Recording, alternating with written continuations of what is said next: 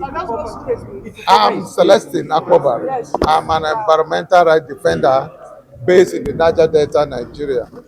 Today is the 10th of October, 2025. If Ken Saro-Wiwa was alive, he would have been 84 years old today. And it's been 30 years after he was brutally murdered by the Nigerian state and Shell with other oil companies. So we deem it necessary that 30 years in the life of a man is a very long time. Here is a man that after his death, his spirit has refused to die. Everything Ken said, those things are happening till today. The word he spoke, that from today, Shell is declared a persona non grata in Ogoni land. That word is still holding sway because Shell has not resumed. Oil company is yet to return to Ogoni, meaning that Ken is alive. If you look at the front of the t-shirt and where we say he lives, because everything he said, every prediction he made has come true. And so the human rights community, especially the environmental rights campaigners, came together, led by Reverend Nimobasi, came together to say we should celebrate Ken today, the man, his legacies, his struggles, and his challenges. And we look around the country and said the only person qualified to speak today to us is Femi Falana SAM. One, because he was the lawyer to Ken Saro-Wiwa. He stood with him till the end. And up to today, he's still speaking for Ken Saro-Wiwa, especially on the confiscated memorial bus, which is just an artwork that was confiscated by the Nigerian state in 2015. The National Assembly, after our complaint, said that those artwork should be released to us unconditionally after 1 year in their within the National Assembly consultation. They refused. We have to go to court. We were in court for 4 years until last year, April 21, when a federal high court in Ikoyi ruled that that artwork be released to us. Up to today, this current custom boss has refused to release that artwork, even after acknowledging a copy of the certified true copy of the court judgment, the court ruling. So Femi and I have been working on that. In fact, after this meeting, we have agreed that from next week, we are going to take some very drastic measures. Okay, so given the fact that once Ken died 30 years Some ago, of the things that Ken fought for, because all these other things, the death of Ken and these other things were aftermath of the struggle. We did not anticipate that people will die. So the Bible of the struggle that Ken worked with is the Ogoni Bill of Rights. And if you look into the Ogoni Bill of Rights, the first major demand there is political marginalization of the Ogoni people. That since the creation of River State, that no Ogoni have been governor, no Ogoni have been chief judge, no Ogoni have been deputy governor, no Ogoni have been speaker. And we must address that because the Ogoni people are the most educated tribe in this state today. And we are in the majority. If you remove visitors from Ikwere land, Ogoni people are the majority. So why will Ogoni people not be governor or deputy or speaker or chief judge? Anytime they want to pick a deputy governor, they will pass through Ogoni, get to Opobo and pick. The next time they want to take, they cross Ogoni again, going to Andoni and take. Now they want to pick a governor, they pass through Ogoni again. And Ogoni is the big brother. So what is happening? There is a conspiracy against the Ogoni people. You must look into that. You cannot hate me and love my oil. You are going after oil, but you hate the people. We will not allow that to happen.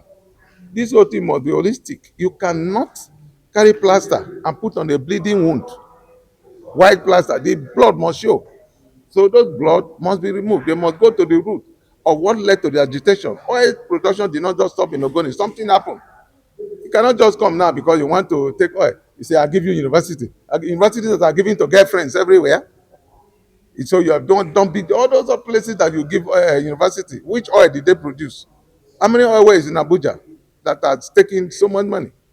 So they are insulting our people. They dance on the grave of our people when they do all these nonsense things that they continue to do. You are building road for us. What kind of road? Road that your tankers and are taking stealing our crude and passing on. So you have done that for us. You have not. So these are the things we want them to look into. You must over 2,000 persons were murdered in Ogoni land. They only know about the Ogoni 4, Ogoni 9. But all those other 2,000 people, they also have head on their necks. They have parents too and families too that are mourning what has been done to, pacify the people. Nothing has been done, so they must go deep down into the root. Some people were burnt in their houses, set ablaze, thinking about. Blood is in the oil in Ogoni till tomorrow. They So, must remove that blood first. sorry, my very last question. That resumption will not happen. It will not. Those people that went to Abuja, have you listened to their interviews on television currently? I'm not sure you have listened. Go and Google.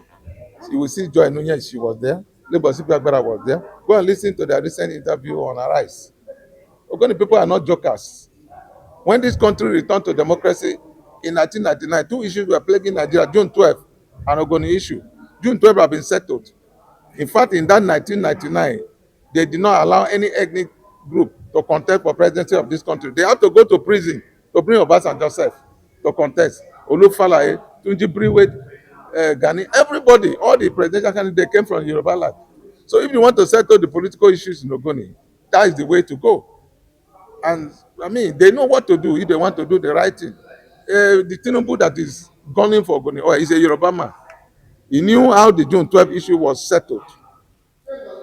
Should not be scratching the surface, or don't cut the branches, to go to the root of the matter.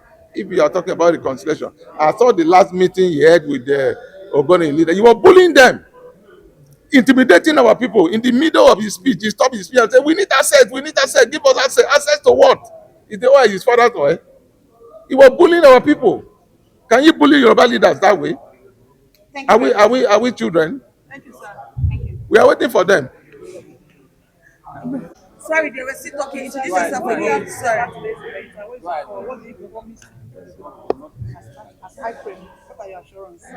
Okay, for us as High Prep, our assurance to the Ogoni people and for the memory of Ken is that we, being a product of the struggle and having the unrare privilege of being able to make a difference in the lives of the Ogoni people, we are assuring them that we'll do the cleanup effectively and the way is expected and appreciated by all. So we expect to do the cleanup very well and focus equally on the change of alternative livelihoods for our people of Ogoni land, and that we are doing to the best of our ability. We are a community project. We are an Ogoni project.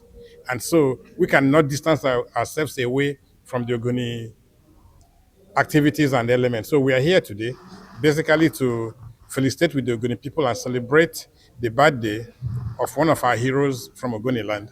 30 years is a lifeline for the cleanup. 7 years has gone already.